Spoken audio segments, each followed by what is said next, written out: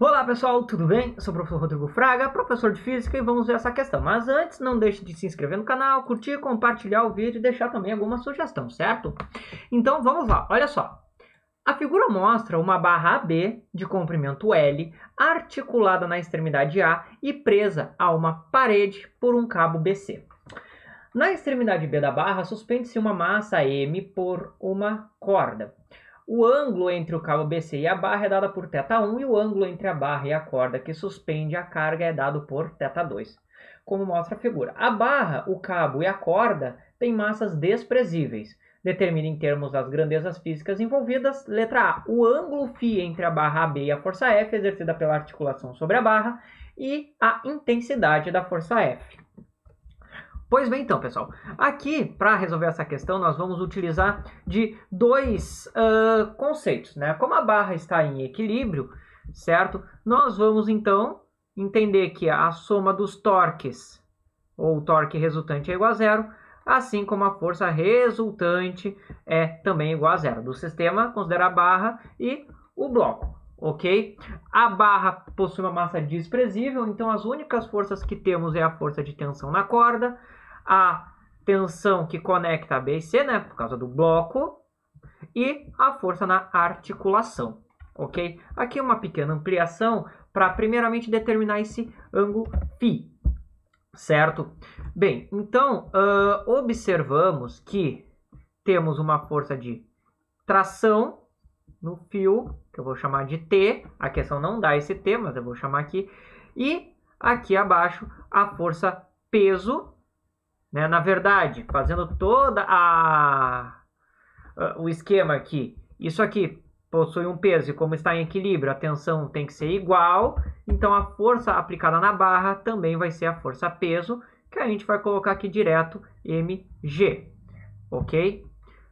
Podendo aqui então, mas até inicialmente podemos chamar de simplesmente P para facilitar alguns cálculos no caminho, né? Pois aqui temos força P, lembrando igual a mg, ok? Bem, observa-se então que podemos decompor essas forças, né, numa componente perpendicular, certo? Que seria T seno de θ1, e aqui a mesma coisa, deixa eu fazer em azul para combinar ali as cores, né? Temos aqui o P seno de θ2 e componentes paralelas que não vão contribuir para o torque, né? Que seria T cosseno de θ1 e aqui teríamos, né, P cosseno de θ2, certo? E aqui a força F. Bem, primeiramente, para a condição de equilíbrio dos torques, essas são as forças que acontecem aqui. Eu não estou vendo as forças que eu tenho na barra, mas eu poderia separar em uma componente paralela, que eu posso chamar de Fy, e aqui uma componente Fx, certo? Mas veja só, devido à questão da equivalência dos torques, o torque gerado por esta componente e por essa devem ser iguais. Ou seja, uma primeira conclusão que a gente chega é de que T seno de θ1, né, que é o módulo do vetor T seno θ, da componente perpendicular, tem que ser igual a P seno de θ2. Só que veja que essas forças sendo as únicas forças... bem, primeiramente, se eu fosse fazer a força resultante, utilizando apenas esses vetores, a força resultante seria zero. Apenas com eles. Assim como o torque, porque eles estão na mesma posição, né? Por que eu não coloquei o L aqui? Porque ele se corta dos dois lados, então eu coloquei direto, certo? Ou seja, por causa dessa igualdade, não tem por que ter uma componente perpendicular aqui, Fy, tá? Pois essas forças já estão se anulando, né? Eu teria que ter anulação das forças perpendiculares à barra e anulação das forças paralelas. Só que essas duas forças perpendiculares, elas além de se anular, elas também provocam torque resultante nulo, por estarem no mesmo ponto. Ok? Então, a soma das forças perpendiculares, vou escrever assim, tem que ser zero. Só que essas duas somando já dá zero, então não tem a necessidade de uma componente aqui, de forma que dá para chegar à conclusão, certo? Através disso, de que o ângulo φ tem que ser igual a zero, ou seja, a única força que eu tenho de F é uma força paralelo, certo? Por quê? Porque a soma das forças perpendiculares deve ser zero para manter o sistema em equilíbrio, mas essas duas forças já estão em equilíbrio, né? Ah, quando é que não teria? Caso essa corda estivesse, por exemplo, no centro. Daí teríamos uma diferença, pois essas forças não seriam iguais, né? Elas teriam uma diferença, e essa diferença seria atrelada à força de contato para manter o equilíbrio. Ah, então, essa é o motivo verdadeiro de não haver uma força, um ângulo φ aqui, neste caso, porque os pontos onde estão sendo aplicada a força é o mesmo. Tá? Bem, com isso a gente chega na letra A, que φ vai ser igual a zero. Por quê? Porque as forças verticais aqui já se anulam, então não tem por que ter uma segunda força, uma terceira força perpendicular, né? Senão tiraria o sistema do equilíbrio. Próximo ponto agora é a intensidade da força F.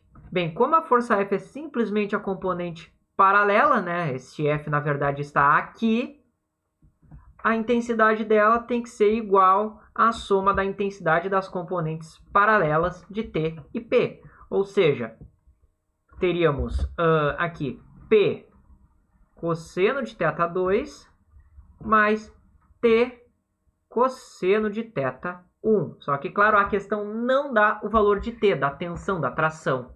Mas a gente usa esta relação aqui.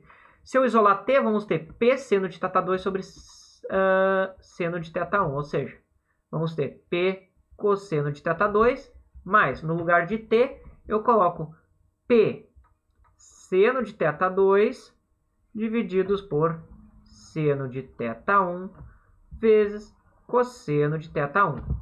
Fazendo a soma da fração, ou multiplicando esse primeiro termo por seno em cima e embaixo, teremos o seguinte, e reorganizando também, que P seno de θ1 cosseno de θ2 mais P, aqui eu vou botar cosseno de θ1 seno de θ2, tudo isso divididos por seno de θ1. Vou fazer uma linhazinha mais embaixo aqui. Vou fazer um pouquinho melhor isso. Seno de θ1. Só que veja que podemos colocar P em evidência, ou melhor, P seno de θ1, para não ficar todo esse travessão, e multiplicar isso pelo seguinte, a gente observa que seno θ1 cosseno θ2 mais cosseno θ1, seno θ2 é nada mais do que a propriedade trigonométrica do seno da soma. Né? O que é o seno da soma? Né? Seno A cosseno B mais seno B cosseno A, que é o que está aparecendo aqui. Então, seria P seno de θ1 mais θ2. Como P não é dado, mas a expressão mg sim, ficamos com mg sobre seno de θ1 vezes seno de θ1 mais θ2. E aí, então, encontramos a expressão de F.